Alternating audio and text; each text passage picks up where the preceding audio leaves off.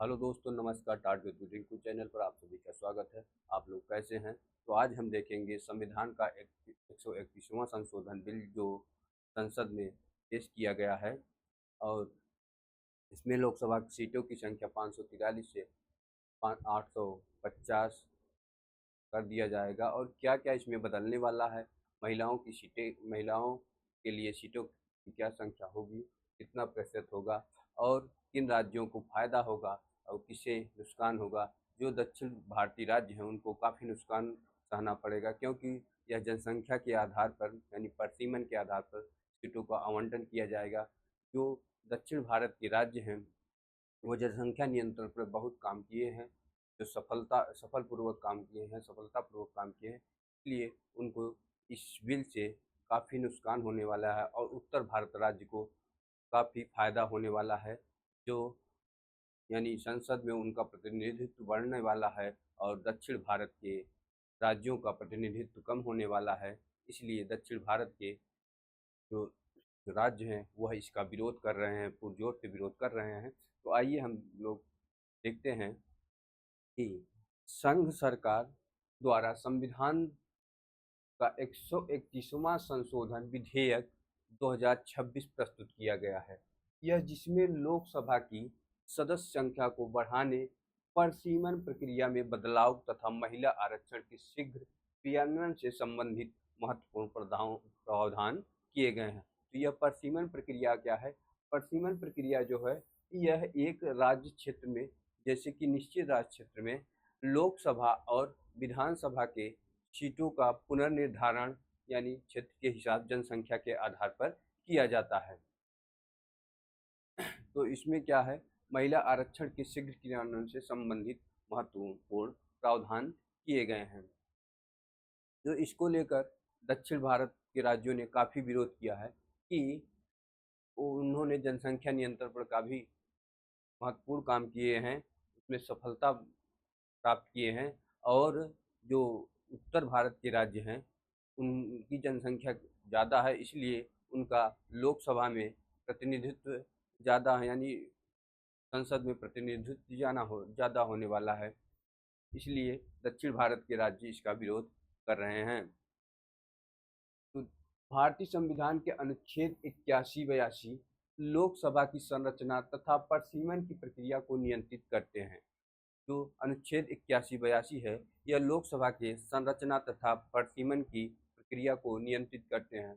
तो पहला परसीमन आयोग कब बना था? यह 1952 में बना था। तब 1952 में 1951 की जनगणना के आधार पर पहला परसीमन आयोग का गठन किया गया था। वर्तमान में लोकसभा की अधिकतम सदस्य संख्या कितनी है? 543 है। वर्तमान में लोकसभा की जो सदस्य संख्या है वह 543 है, जो 1971 की जनगणना के आधार पर निर्धारित की गई है, जो 2026 तक यथावत बनी रहेगी। जनसंख्या में व्यापक परिवर्तन के बावजूद परसीमन को स्थगित रखा गया था ताकि राज्यों के बीच राजनीतिक संतुलन बना रहे। जनसंख्या में परिवर्तन के लिए जो परसीमन को स्थगित कर दिया गया था ताकि राज्यों के राजनीतिक संतुलन बना रहे। वही कि जो राज्य जनसंख्या नियंत्रण पर काम कर रहे थे उनका संतुलन बना रहे। साथ ही संविधान का 106वां संशोधन अधिनियम 2023 के अंतर्गत महिलाओं के लिए 1/3 आरक्षण का प्रावधान किया गया, किंतु उसका क्रियान्वयन परसीमन के पश्चात ही संभव था। इसी संदर्भ में यह नया विधेयक अत्यंत महत्वपूर्ण हो जाता है। जो 106वां संविधान संशोधन 2023 में किया गया था, नारी वंदना योजना के तहत महिलाओं को का प्रतिनिधित्व राजनीति में 33% करने के लिए कहा गया था। कितना? 33%, जो कि परसीमन के पश्चात संभव था। इसके परसीमन के पश्चात संभव है। लोकसभा की सदस्य संख्या में वृद्धि। जो 131वां संविधान संशोधन विधेयक पेश किया गया है उसके तहत लोकसभा के सदस्य संख्याओं में वृद्धि देखने को मिलेगी। प्रस्तावित संशोधन के अनुसार लोकसभा की अधिकतम संख्या कितनी हो जाएगी? 850। जो 131वां संविधान संशोधन है उसके तहत लोकसभा के सदस्यों की संख्या कितनी हो जाएगी? 850। जो अधिकतम राज्य यानी 28 राज्यों में कितनी होगी? 815। और यूनियन टेरिटरी राज्यों में 8 यूनियन टेरिटरी राज्य में यानी केंद्र शासित प्रदेश दिल्ली, पुदुचेरी, चंडीगढ़, दिल्ली, पुदुचेरी, अंडमान निकोबार, इसमें सभी में कितने प्रतिनिधित्व होंगे? इसमें 35 प्रतिनिधित्व हो जाएंगे। यूनियन टेरिटरी राज्य में केंद्र शासित प्रदेशों से अधिकतम 35 सदस्य होंगे। केंद्र शासित प्रदेशों से अधिकतम कितने सदस्य होंगे? 35 सदस्य होंगे। यह परिवर्तन प्रतिनिधित्व को अधिकतम समावेशी बनाने का प्रयास है। यह परिवर्तन प्रतिनिधित्व है इसको अधिकतम समावेशी बनाने का प्रयास किया जा रहा है। अनुच्छेद 82 में संशोधन परिसीमन प्रक्रिया है। अनुच्छेद 82 में जो संशोधन परिसीमन प्रक्रिया है उसके तहत यह प्रावधान किया गया है कि वर्तमान प्रावधान के अनुसार परिसीमन अगली जनगणना 2026 के बाद यानी के आधार पर होना है। जो यह परिसीमन होगा यह 2026 की जनगणना के आधार पर होगा। प्रस्तावित संशोधन में इस बाध्यता को समाप्त कर दिया गया है। जो यह संशोधन प्रस्तावित किया गया है इस बाध्यता को समाप्त कर दिया गया है। इससे सरकार को पूर्व जनगणना के आंकड़ों के आधार पर भी परिसीमन करने की स्वतंत्रता मिलेगी।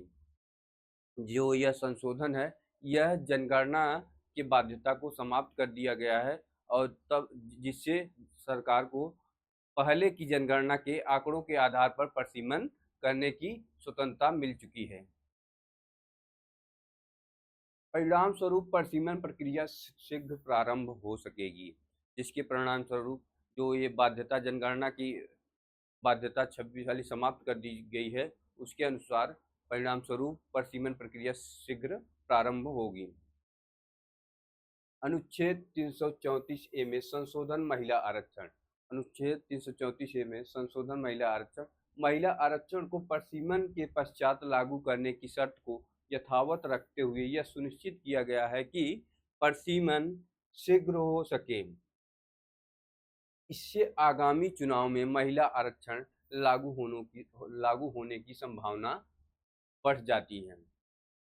महिला के आरक्षण को परिसीमन यथावत रखने के लिए परिसीमन शीघ्र को आगामी चुनाव यानी 2029 में होने वाले चुनाव में महिला को पूरा आरक्षण यानी आरक्षण लागू होने की पूर्ण संभावना बढ़ जाती है। नए परिसीमन विधेयक 2026 के अंतर्गत परिसीमन आयोग गठित किया जाएगा।